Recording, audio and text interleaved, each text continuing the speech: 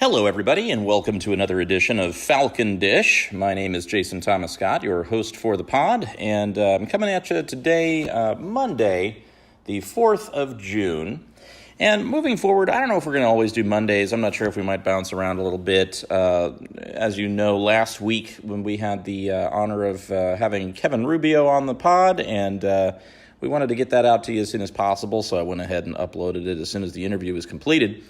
So we had a couple pods last week, and so something like that might occur. I might do this a couple of times a week, or just really whenever anything large is breaking, but at least once a week, just so that we can continue the conversation with regard to Star Wars and all things going on in that galaxy far, far away.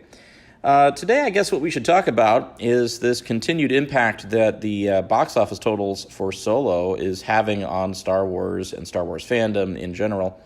It's interesting. I saw a Hollywood Reporter article today claiming that Solo is going to lose for Disney $50 million at least. So I'm not sure if they're going to take the film as a write-down, but at issue, what has occurred here is that as it's pretty widely known, there were a lot of production issues during the production of the film.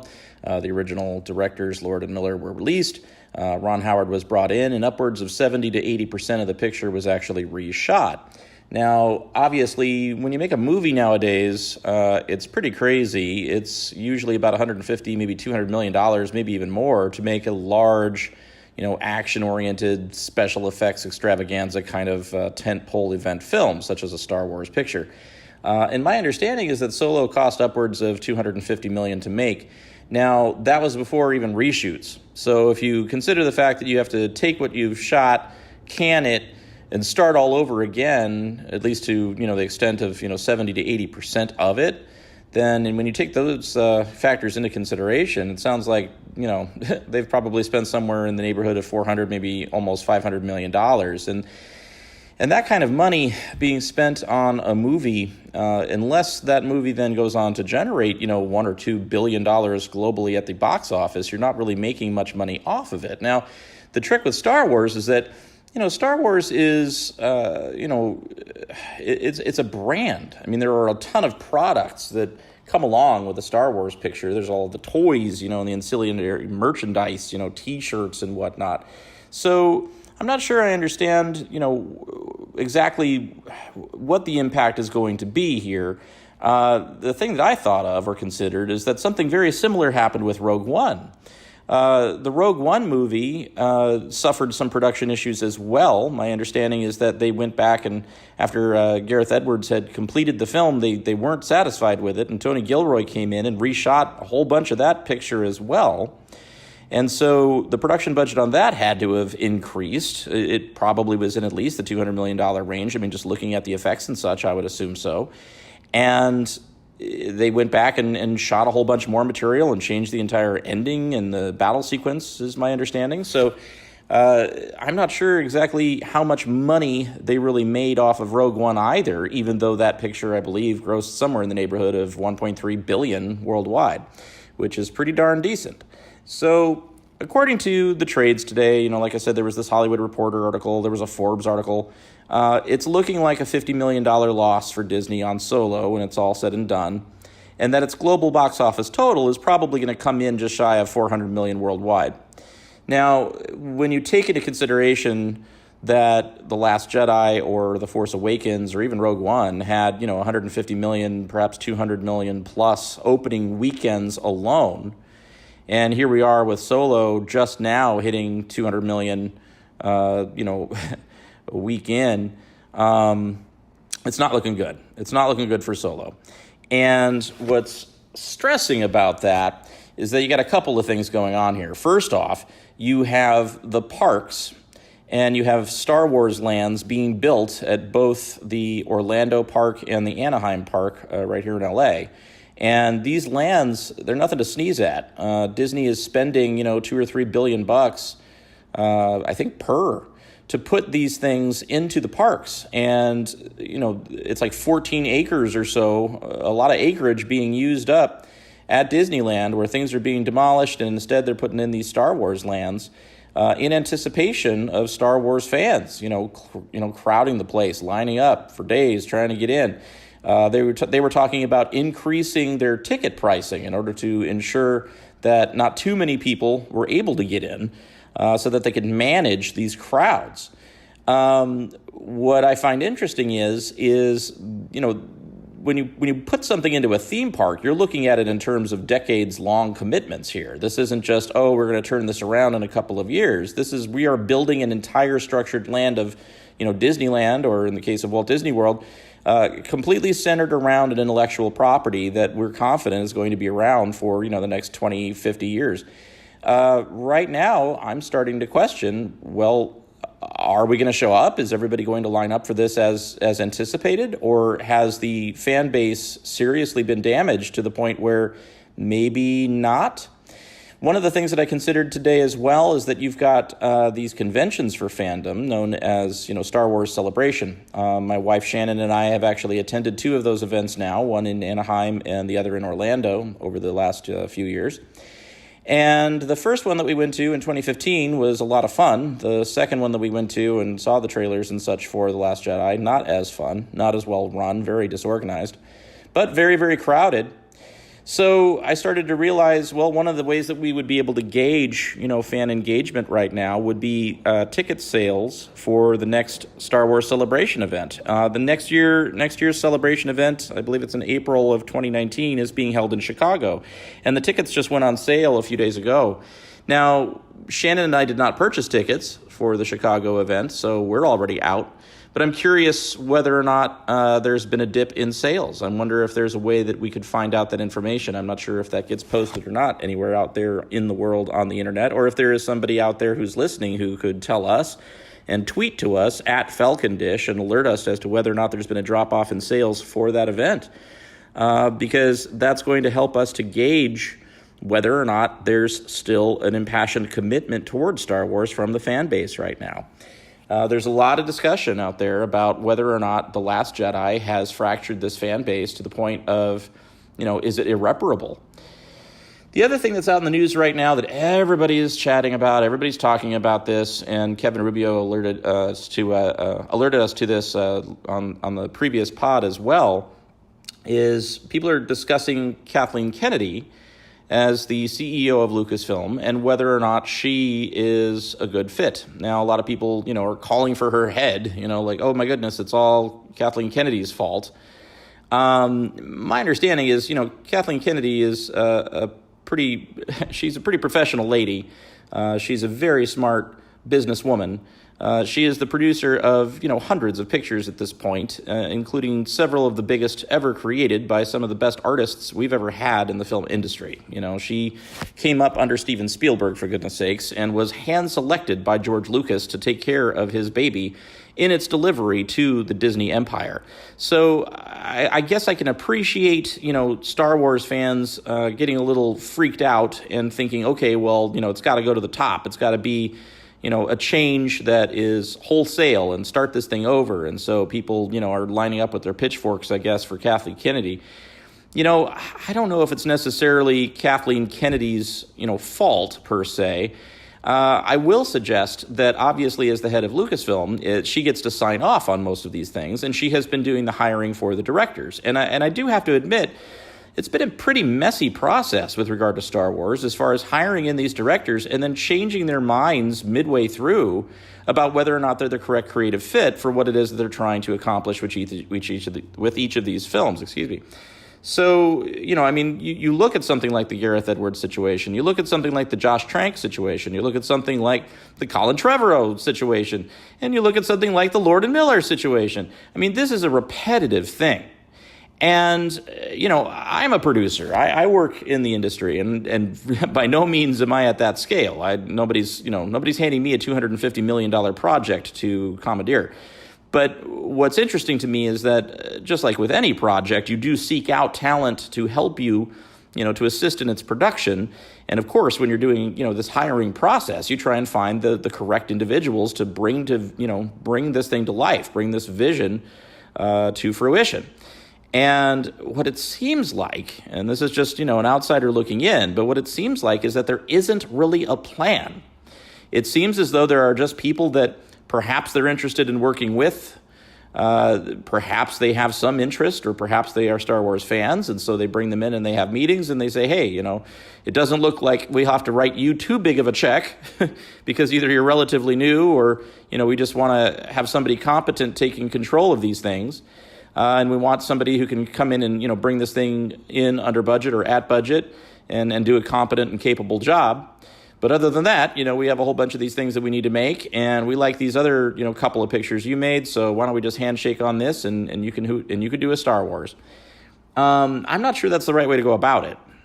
To be frank, you have to take a look at the story that is to be told, and then choose the director who is probably the most capable of bringing that story to life, that specific story, a certain mindset, a certain look, a certain character, certain production value. And so in looking at these Star Wars pictures, what's disheartening, is that it seems as though there isn't a story there. There are just concepts or characters. There's just a marketing contingent here. It's just the consideration of, hey, what was popular and what worked before? So in that mindset, of course, you have executives who are just saying, hey, Han Solo. Everybody loves Han Solo. Everyone knows what that is. So let's make a Han Solo movie. Boba Fett. Everybody always talks about Boba Fett. Those fans, they're always talking about Boba Fett. They love Boba Fett. So let's make a Boba Fett movie. Yoda. Hey, everybody loves Yoda. Everybody knows who Yoda is. Let's make a Yoda movie. But there doesn't seem to be much consideration to what the heck would a Yoda movie be about? Is he just going to sit in his hut? Are there going to be like snakes that he has to move out of the way while he's getting his space stew off of the pot? Is he going to walk out into the mud flats and lift more things out of the lakes? Or like what would a Yoda movie be about? We already saw Yoda fighting with a lightsaber in Attack of the Clones, and that was pretty cheesy and kind of lame. I know a lot of fans liked it, but I didn't appreciate what they did with the character, turning him into, Sonic the Hedgehog. And poor Frank Oz, is the expectation going to be that he's going to have to, be under a wooden plank for 6 months while they shoot? And he's puppeting Yoda, walking around, chatting other people up about the Force, or, are they going to go the CGI route and ruin Yoda yet more with a bunch of cheesy shots that don't match up with what we've seen before, such as what we saw in The Last Jedi? It's frustrating. I don't see a Yoda movie making sense. Or you take Boba Fett. Boba Fett by himself is pretty boring. I mean, when you consider the fact that he only had 4 lines in the entire series and then just falls in a Sarlacc pit and disappears, there really isn't much to Boba Fett. I guess Boba Fett could be interesting if he were paired up with other, sinister characters or bounty hunters going off on adventures where, they're bounty hunting and they have to hunt down somebody and snag them. But again, what is the story there? It doesn't seem like there's a lot of story. And so in looking at all of this, I kind of feel like what they really need to do, because I know they're over there right now asking, what do we need to do? What they really need to do is concentrate on story. There has to be an epic story that Star Wars is telling. When you look at the original trilogy and you look at that saga, it's a wonderful arc. You watch Luke Skywalker develop. You watch Han Solo develop. You see what happens with Princess Leia. You understand this large story with Darth Vader and the Empire and what's going on. This rebellion rising up to fight off this evil empire that's taking over the galaxy. There is a story there. It's fun. It's interesting. It's exciting. And when you consider the fact that Star Wars is so full of mystery, what makes Star Wars interesting is that mystery. We didn't understand fully what was going on, coloring in all of the edges. We didn't know where all of these people had come from. And so when you do just prequel after prequel, going back and explaining what everybody was doing before you met them and fill in all of those gaps, you're basically erasing anyone's ability to have an imagination with regard to this world and destroying possibly what came before. You're destroying the mystery. A lot of people gave J.J. Abrams a hard time for The Force Awakens because of his mystery box application, where he dropped a lot of hints but didn't fill in gaps and allowed, the next filmmaker or filmmakers to fill in those gaps and tell the remainder of the story.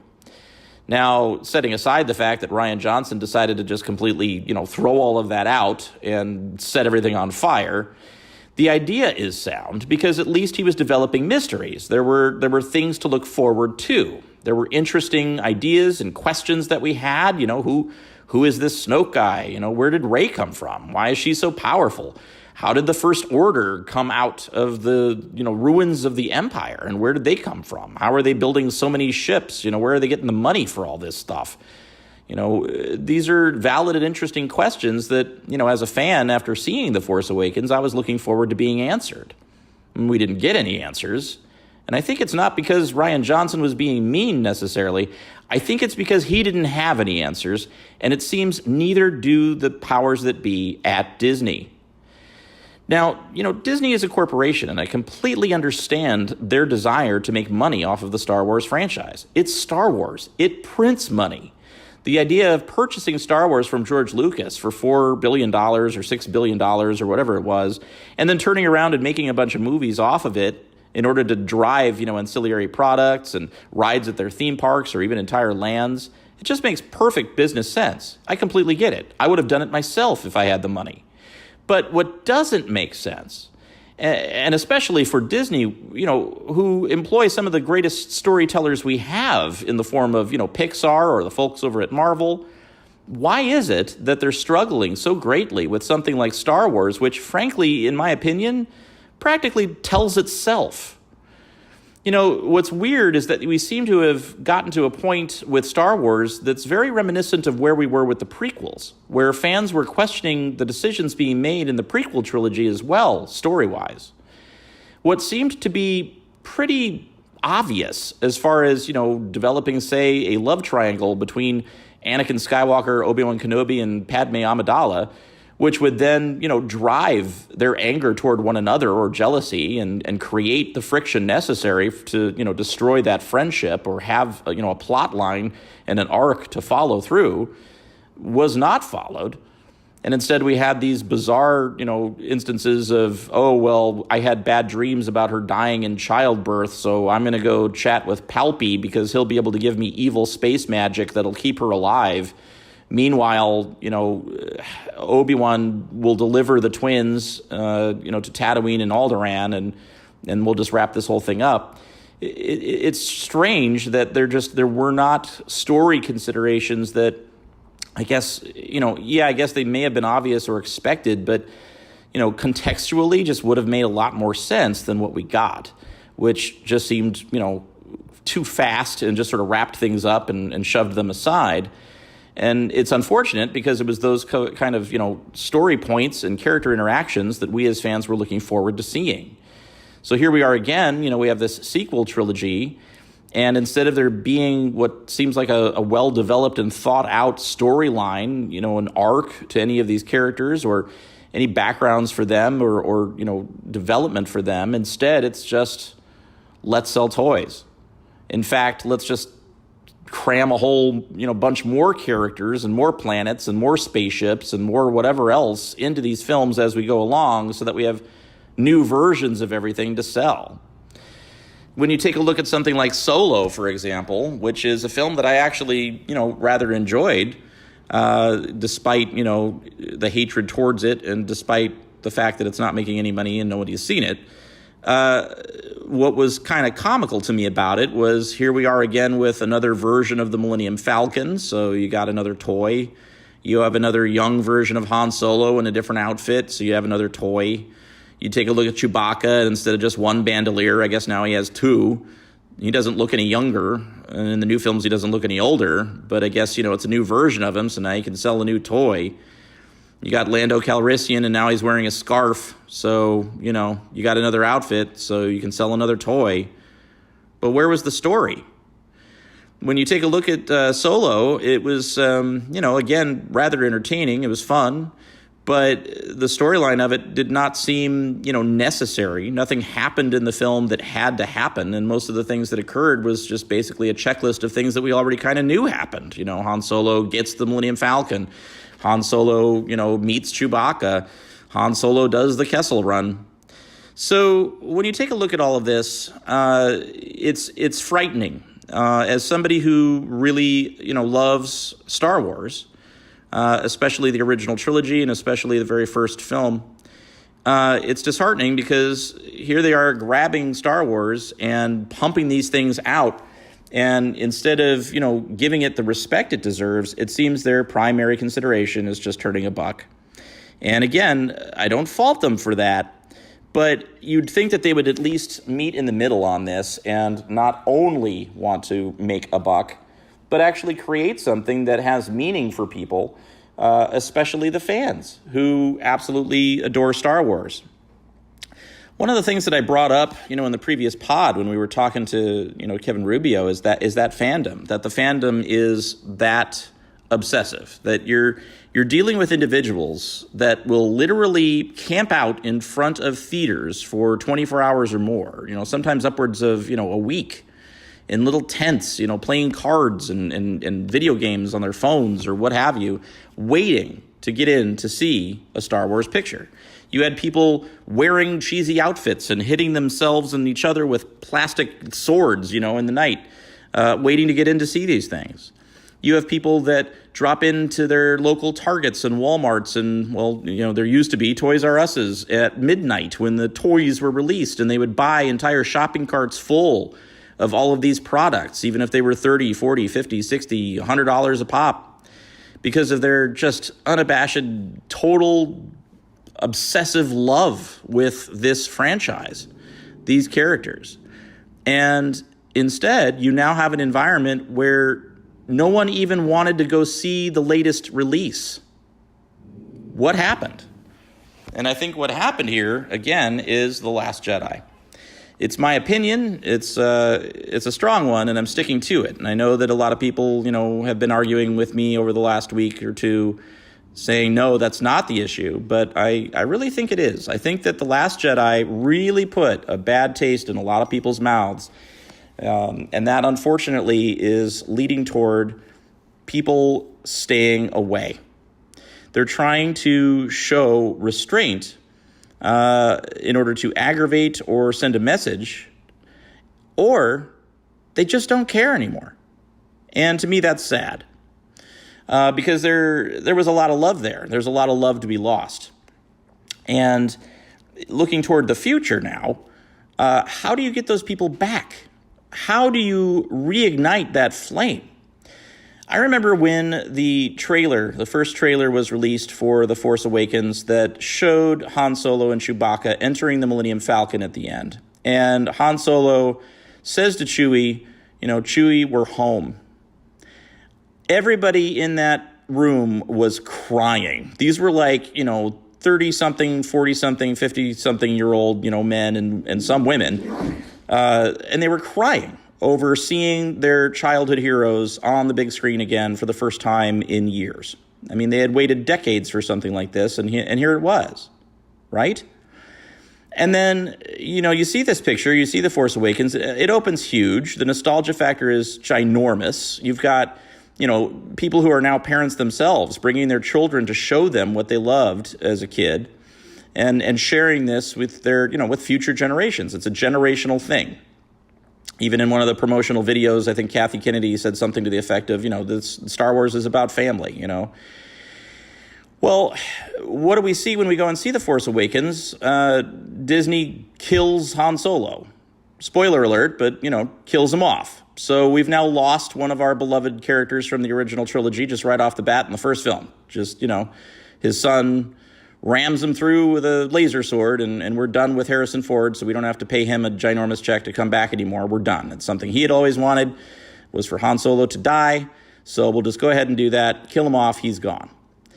But I don't think there was any consideration made on behalf of the filmmakers or anybody at Disney to the extent that you just killed off one of the principal characters from the original trilogy before we even had a chance to see him on screen with the other two at the same time. We've now lost the ability to have Han and Leia and Luke all together again and reunited, which was what so many fans were looking forward to for decades. When you consider the sales of all of those silly books, the legends now is what they're called, but all of the expanded universe material where, what was it about? Luke and Leia and Han in further adventures. That was what people wanted to see. That's what they read about. That's what they were excited about. That's what they imagined, right? I remember when the Thrawn trilogy of books came out, and that was considered at the time kind of Lucasfilm's episodes 7, 8, and 9.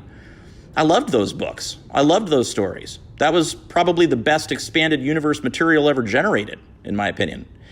And I always assumed one day that would be the storyline that they would make if they were to make motion pictures. I thought that the villain, Grand Admiral Thrawn, was really interesting. I thought that the stories that those books told, which involved people like Lando Calrissian, were great. But no, we finally get contracts again with the original cast of Star Wars. In the very first film, we just say, you know what? We know what we're doing. Let's kill off Han Solo. So Han Solo's gone. And then at the end of the picture, you have Luke Skywalker for, what amounts to 40 seconds. And he just sort of turns his head and takes his hood off and looks really sad, and we don't know why. And Rey is standing there like, hey, man, I got your lightsaber. Do you want to come back into these movies and help us kick ass? This will be really great. You're here, right? And we see credits, and we don't know what's up. And it was profound, I'll admit. I had so many theories. I remember seeing, I had realized there was like an odd-shaped rock at his feet. And I'm like, oh my goodness, is that a tombstone? Is that why he's standing there? Why did he go to Act 2? What's on Act 2? I'm hearing that there's a Jedi temple there. Why did he have to go to the first Jedi temple? What is he looking for? There's something in the Force. There's something interesting. There's a story here. There's something that's coming. It's going to be revealed what all of this is, and won't it be great? And okay, there's a rhyme and a reason as to why this is occurring. They wouldn't just kill off Han Solo and not reunite all these characters for no reason whatsoever. There's got to be a story here, right? So then we have The Last Jedi, which basically crap cans everything that happens in The Force Awakens, from the map to Skywalker to everything with Snoke to... It doesn't matter. Nothing happened. Don't worry about The Force Awakens. We're starting completely over and rebooting from scratch in a way, and now the entire thing is just all about Kylo Ren and him flirting with Rey via Force Skype. And then they team up and fight a bunch of red guys in a fight scene that the choreography is so bad you can literally see that no one is actually hitting one another or trying to. It's just all a bunch of flash.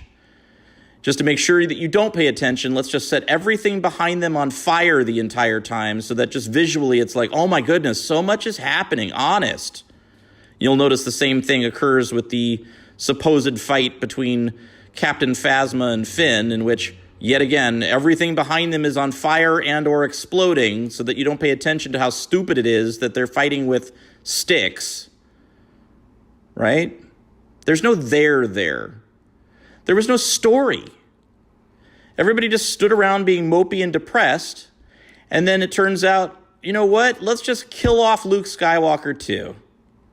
And so he dies. They even put a scene in where they basically killed Leia, but then kept her around so that she's sitting on the Falcon at the end to chat with Rey about how they have everything they need to restart the rebellion. And all that they have is 6 people, 3 robots, and a broken lightsaber, and the Falcon. I'm confused because now we only had the one scene between Luke and Leia where he kisses her on the head and walks away. That's it. That's the reunion of our trio because, unfortunately, as everyone knows, Carrie Fisher passed away. She is now one with the Force. So she's literally physically dead in the real world. So now none of the original trilogy characters are around in these pictures. And we're only 2 movies into this sequel trilogy. And the entire idea was to have this handoff, this baton toss, this, hey, we're the old generation and now you are the new Rey, Finn, and Poe, and you're going to take over and the story will be about you. But I'm not feeling that. Instead, in The Last Jedi, we ran around with Rose Tico for 30 or 40 minutes talking about systems trackers and riding space horses and complaining about how rich people are lame and horrible. Where's the story? Where is this going? We had a stuttering buffoon show up and screw everybody over and walk away. telling our principal character, Finn, to not join a side because that doesn't make any sense, and that it doesn't matter what side you join because it all is meaningless and stupid. It's all for money. What's strange about that to me is that it almost seems as though it's Disney being self-aware and communicating to everybody, you don't need to care about any of this. It's all stupid. Why do you care? This is all about money. So just shut up and give us your money. It's an extraordinarily cynical thing, right? It's sad. You had a film where literally you have one of the most beloved characters in the entire franchise, Yoda, stop by in order to literally set fire to Star Wars itself and give Luke crap about caring. Why? Why would you do something like that? It's just incredibly strange. I mean, if you literally spend billions of dollars to obtain this franchise, you buy the rights to this because you want to make money, why would you have a story in which one of the main characters is literally saying, kill everything, let it all die, let the past die, burn it all down, kill it if you have to, it's in the past, all old things must end, right? You literally have another character telling that character, take off your mask, it's stupid. Do you know how many fan people wear masks going to these conventions? It was an insult. It's not veiled. It's not masked, if you will. This is an insult to the fans. This is an insult to the fan base of Star Wars. Then on top of all of this, the company and the people who toe the line in their communications online are making fun of the fans to their faces via Twitter, via Facebook, over the internet on YouTube, wherever you can find it, wherever you can communicate with any of these individuals from Lucasfilm or Disney or any of these folks, who I'm sure are tired of answering questions about Star Wars. They're tired of being held accountable by the fan base to these decisions because, they're just, everybody just complains. They don't have any valid points. They're not in the industry. They don't understand this project or these, the process or being creative. They don't get any of this, right? They've been insulting to the fan base online. They've been expressing, if you don't like it or you don't get it, it's just because you're, somebody crazy in somebody's basement. You're either sexist or racist or there's something wrong with you. Because, of course, it makes complete sense that Lando Calrissian should make love with his robot in a family film, right? It just makes sense. Why would you ever argue against something like that? Of course it's in character with Lando. Of course it's what you were looking forward to seeing in Solo, a Star Wars story. Of course you want to see a robot talk about women's rights in the middle of your Star Wars movie. That's what you want, right? Isn't this interesting? Isn't this what we need to express? I'm not sure that it is. As much as I support the rights of everybody, I'm not sure I understand why there are these messages that are so overt within these Star Wars pictures as of late. I mean, it's pretty obvious that the original Star Wars was talking about, things within the monomyth in our own real world at the time. I mean, the original Star Wars, had expressions of Nazism in the Empire or, the mistakes that America was making in the Vietnam War at the time. And, it has dogfighting in it and it's Star Wars. I mean, there are definitely political overtones and interesting messages that are inherent to what, is being shown and what's being told. But nobody in the picture stops for a minute and practically turns to camera and gives you their opinion on a current social commentary. They're just hanging out in outer space with robots and shooting each other and flying around in spaceships and trying to save the galaxy. There's heroism, there's adventure, there's fun. It's just weird. And I don't understand it. Now, it started to happen a little bit with the prequels, honestly, because I recall, there's direct lines in Revenge of the Sith in which, they're talking about Bushisms. The Anakin turns and, says, if you're not with me, you're against me. There's stuff like that that's pretty overt, and it started with the prequels. But it seems now there's like literally characters being designed or storylines being created that deal with nothing but. What was strange to me was with Solo, spoiler alert here, Emthys Nest, who is the, this bounty hunterish character who's also trying to get this hyperfuel. She's wearing a mask and she's, fighting with the principal characters. She's shooting at Beckett and stuff on the train. It's finally revealed at the end of the picture that, whoa, look out, she's a woman. Whoa, what a surprise, what a shocker there, because she takes off the crazy mask. She looks like she borrowed a bunch of outfit decisions from the Mad Max film with her and her friends. She takes her mask off and hangs out with Wicket. And lo and behold, it's a lady. And she's got freckles. She's got red hair. She's pretty young, It's a girl. How controversial. See? The potential villains of the picture could be female as well. It's just so overt. It's strange. I mean, it could just be happenstantial. They don't have to make a huge deal out of it, but it just seems like they make a huge deal out of it, and I'm not sure I understand why. When Mon Mothma walked out onto, that platform in Return of the Jedi, they didn't have offsides comments from the people in the room like, oh my gosh, the leader of the rebellion is a woman? That's weird. That's not what I expected, and then some alien like, blah, blah, blah, blah, blah, blah, and it translates down at the bottom, the subtitles like, it's a girl. That didn't happen. It's just Mon Mothma. She just walked out and she starts talking about Bothans, and how they all died to bring us this information. And we're all sad, like, oh man, people are dying just trying to get info out, that the Emperor's on the Death Star. This is some serious stuff. But yet in The Last Jedi, we've got Poe talking to his alien buddy, who's like a clone of the last alien buddy that blew up in Force Awakens. I guess they didn't want to spend money on another mask. I don't know. And he's like in an aside talking to his buddy like, that's not what I expected.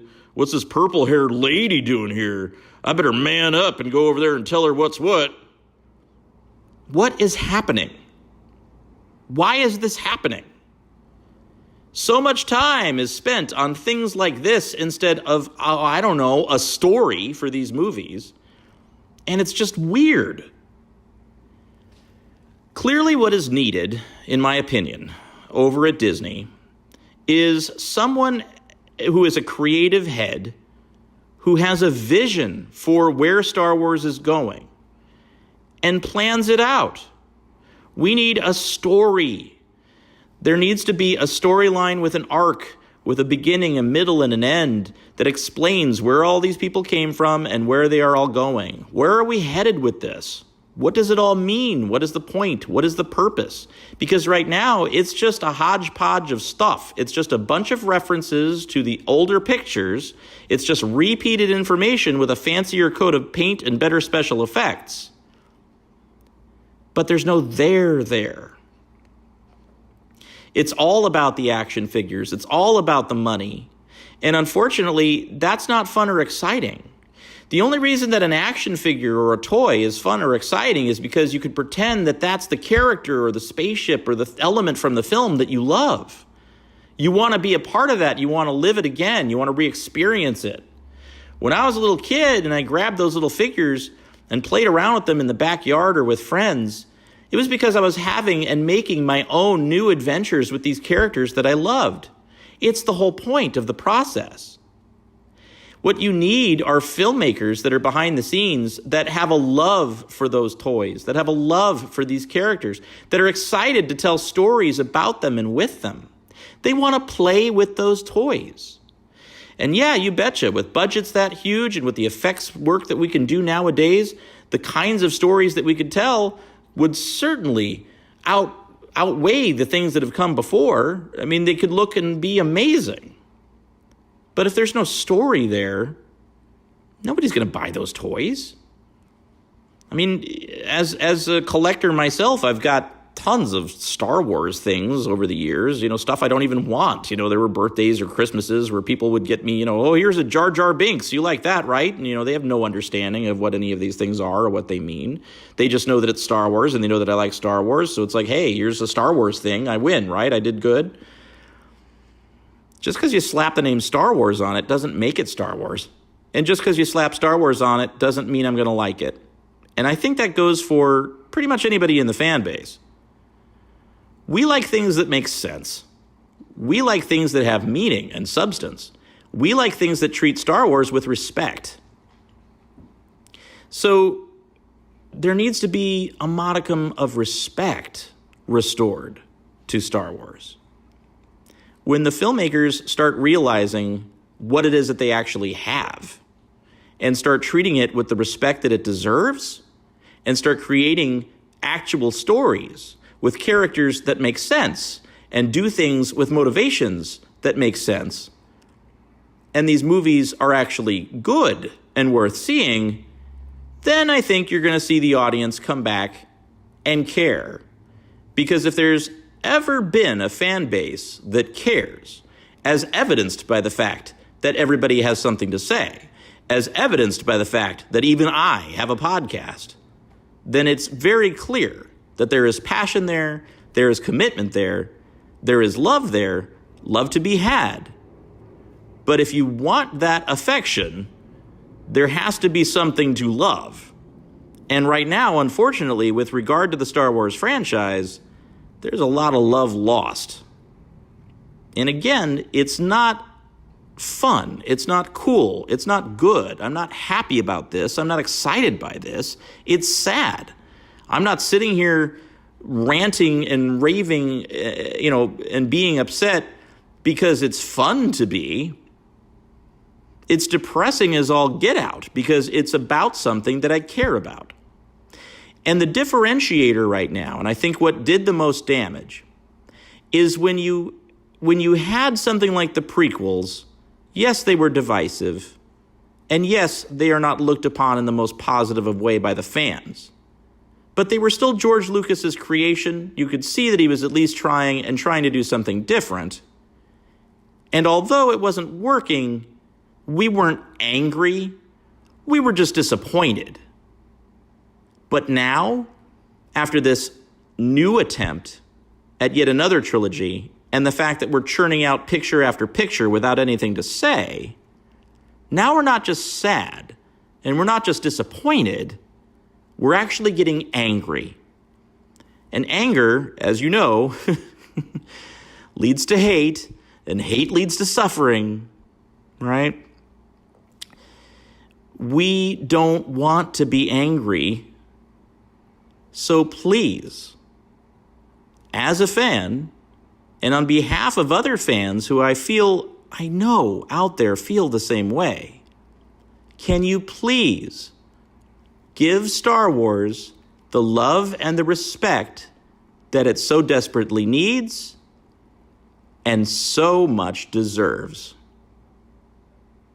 And with that, I thank you for listening, and may the Force be with you.